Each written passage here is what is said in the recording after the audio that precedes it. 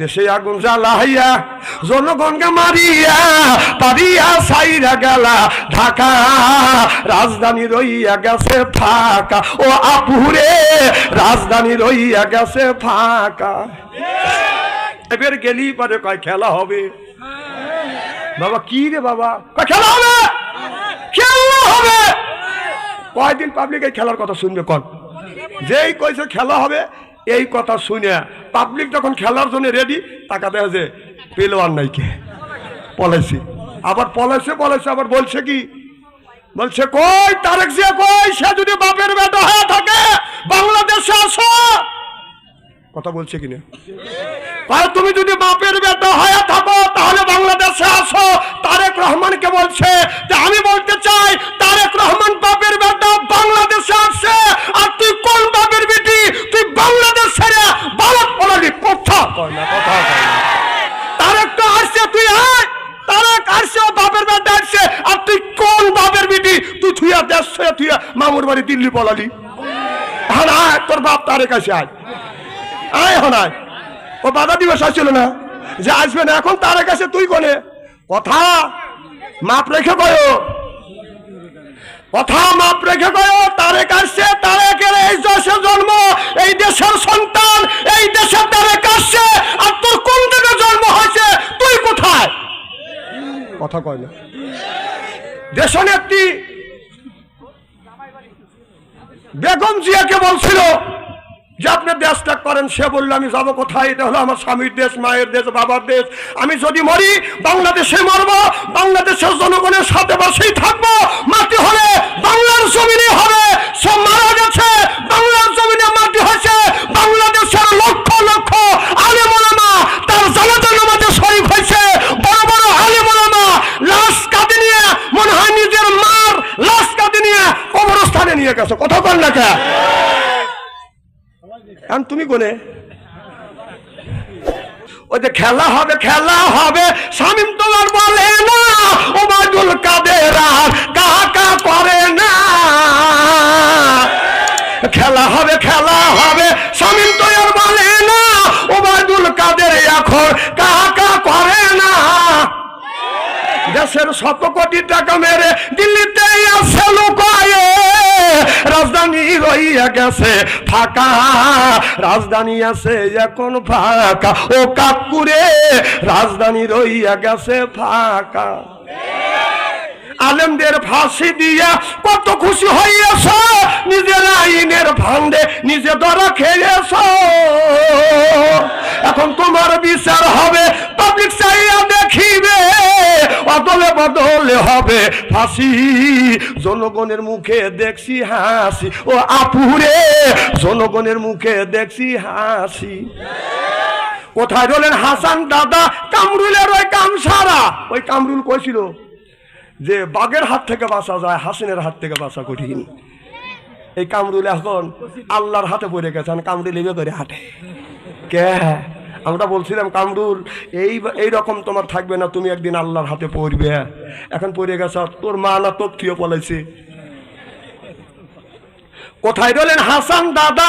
কামরুলের ওই কামসারা। পলকের ঝলক গেছে মমতাজের বুক ফাটা। মমতা তো সংসদে যায় না, বুক তো তো ফাটে না। দরবেশ বাবা খাইয়া গেছে ধরা, রাজধানী আছে ফাঁকা ফাঁকা। চিল্লে কোন ঠিক কিনে?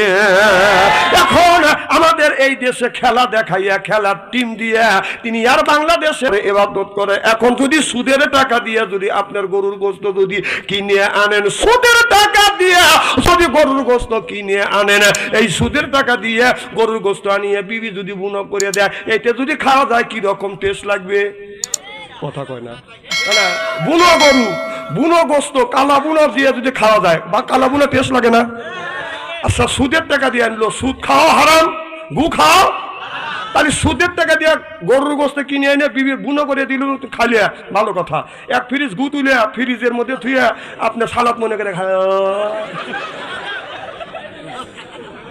না। আল্লাহ বললো এমন থুতু দিতেছেন কে? আল্লাহ বলতেছে কুলুমিন তৈয়বাতুন মা রাযাকনাকুম, আগে হালাল খাও এরপর ইবাদত করো। তাহলে সুদের টাকা দিয়ে আপনার সুদের টাকা দিয়ে গরু গোশত কিনে খাওয়া যতটুকু হারাম, পায়খানা গু হারাম? তাহলে এইটা যদি জায়েজ মনে করে খা, তাহলে এক ফ্রিজ গু তুলে ওর সাথে সালাদ মনে করে খায়। কথা কি আমি কোরআন হাদিসের বাইরে বলছি নাকি? আমি কোরআন হাদিসের একটা বাইরে বলবো না, কোরআন হাদিস দিয়ে বর্তমান প্রেক্ষাপট মিলে কথা বলবো ইনশাআল্লাহ। জোরকার মারহাবা। আমার ভাইরা, তাহলে আপনি যতই ইবাদত করেন না কেন, যদি আপনার খাদ্যের মধ্যে যদি বাদাম যদি হালাল জিনিস না থাকে, হারাম জিনিস যদি থাকে, জীবন ভরা নামাজ পড়ে রোজা রেখে কপালে দাগ বানাইয়া আল্লাহর দরবারে বাদান এই নামাজটা ইবাদত বন্দেগী বাদান কবুল হবে না। আল্লাহ বলে ইন্নাল্লাযিনা আমানু, ইন্না মানে নিশ্চয়ই আল্লাযিনা সিবাহারা ঈমান আনবে ওই আল্লাহর উপরে, ওয়া আমিলুস সলিহাত, আর যারা নেক কাজ করবে, নেক কাজের মধ্যে নামাজ আছে, রোজা আছে, হজ আছে, যাকাত আছে, এই নেক কাজ যারা করবে এই লোকটা যখন জান্নাতে যাবে, আপনার ৭০,০০০ হুর আসবে, রিসিপশন করে জান্নাতে নিয়ে যাবে। চিল্লাখান আল্লাহু আকবার। এই মানুষটাকে যখন জান্নাতে দিবে, একা একা যাবে না, হুরেরা আদর করে করে বাদান জান্নাতে নিয়ে যাবে। যখন প্রথম একটা জান্নাতের গেট দেখবে, এই লোকটা বাদান আপনার লোটা গটি যা ছিল সব নিয়ে বাদান বসে পড়বে। আল্লাহর ফেরেশতা টানবে আর বলবে, ভাইজান আপনি কেন এখানে বসতেছেন? কয় এটাই তো জান্নাত। কয় না, এটা জান্নাত না, জান্নাত আরো দূরে। উনি ওই গেট দেখে বাদান জান্নাত মনে করে বসছে। সামনে আর একটা গেট দেখবে, ওই জায়গায় আল্লাহর বান্দা বাদান বসে পড়বে, ফেরেশতা আদর করবে, সোহাগ করবে। কেন আপনি এরকম করে বসে থাকেন? সোহালের অর্থাৎ আপনার আমার বাড়ি যখন আসে বাদান জামাই আদর, শাশুড়ি করে বাদান আদর, পাইয়ে দেয় বাদান বিদেশি চাদর, জামাই মনে করে হাই রে আমার কদর। এরপরে আনে বাদান তৈরি করে বাদান পিঠা হলো কুসলি, জামাই কিনে আনে বাদান মিষ্টি, এরপরে জব করে খায় বাদান মুরগি হলো দেশি, জামাই হয়ে যায় খুশি। এরপরে খায় বাদান গরুর গোস্ত, জামাই মনে মনে করে শ্বশুর শাশুড়ি আমার দোস্ত। এরপরে খায় বাদান পোলা, খায়া তো মনের মধ্যে দেয় দোলা। তারপরে খায় বাদান দই, খায়া তো বাদান হইসই। তারপরে খায় পেপসি কোকো কোলা, খায়া তো মনের মধ্যে বাদান দেয় দোলা। তারপরে খায় একটা কাঁচা সুবরি দিয়া পান, আসে তো মনের মধ্যে গুনগুনানি গান। তারপরে খায় বাদান এক খাবলা হেনাপাতি জর্দা, শরীর তার গামিয়ে যায়, বুঝায় আমি বড় মর্দা।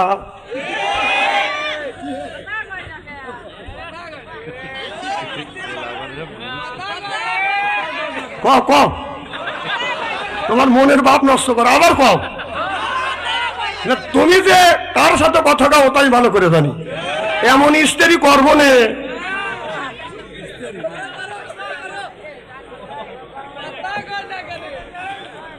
বাবা শোনো, আমার কথা ওভারটেক করলে মানুষ খারাপ বলবে। ডান আগে উড়েছে বাতাসে, আর এখন ফ্যানে উড়ায়, ডিজিটাল যুগ। যখন ফ্যানে উড়ায়, ফ্যানে তো বাতাস লাগে বেশি, যেগুনি ডান সেগুনি কাছে পড়ে, আর যেগুনি সিটিয়া দূরে পড়ে, আর যেগুনি আগালিয়া কোথায় যায়? মানুষের চোখে যায়। কথা বল না খেয়ে চোখে যায়, লোকটা চোখের নষ্ট করে। আসবে না চোখ দেখো তো কি গেছো, আগালিয়া ডুবছি। আর কি কিছু বলা লাগবে না?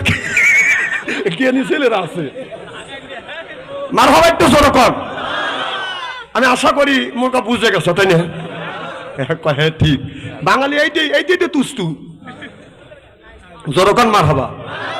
আমার ভাইরা, মুসলমান ভাইরা, আল্লাহ যখন জান্নাতে দিবে, আপনার একটা হুর আসবে, এই হুর আসিয়া এই লোকটাকে বাদান রিসিপশন করে নিয়ে যাবে। আর হুর একা একা আসবে না বাদান, ৭০,০০০ হুর আসবে, আপনার রিসিপশন করে বাদান জান্নাতে নিয়ে যাবে। এরপরে বাদান একটু ভালো করে লক্ষ্য করে শোনো, আমাদের দেশে আমরা বাদান ইলেকশনের মাধ্যমে যাকে এমপি বানায়, মিনিস্টার বানায়, চেয়ারম্যান বানায়, এমপি বানায়, ৫ বছরের মনে বাদান সিল দিয়ে যাকে বাদান এমপি বানায়। এই এমপি সাহেব যখন ঢাকা শহরে যায়, ঢাকা শহর থেকে যখন বাদান আপনাদের উল্লাপাড়া আসবে, আপনার উল্লাপাড়া আসবে, এই খবর পাইয়া আমরা সিরাজগঞ্জ রোড পর্যন্ত বাদান আগাতে যাই ১০০ খান মোটর সাইকেল নিয়ে, ৫০ খান মোটর সাইকেল সামনে, আর ৫০ খান মোটর সাইকেল বাদান পিছনে, আর এমপি সাহেব বাদান থাকে সামনে, মাঝখানে। সামনের থেকে সংকেত দেয় পিক পিক পিক পিক, এমপি এসতেছে। কথা কর না কে? শুধু সাধারণ এই দুনিয়ার সিলের মাধ্যমে, ব্যালটের মাধ্যমে যারা এমপি বানাইছি, আর ১৭ বছর তো বাদান সিল মারতে পারিনি। আর তখন তো সিল মারা বন্ধ হয়ে গেছে। কি হয়েছে?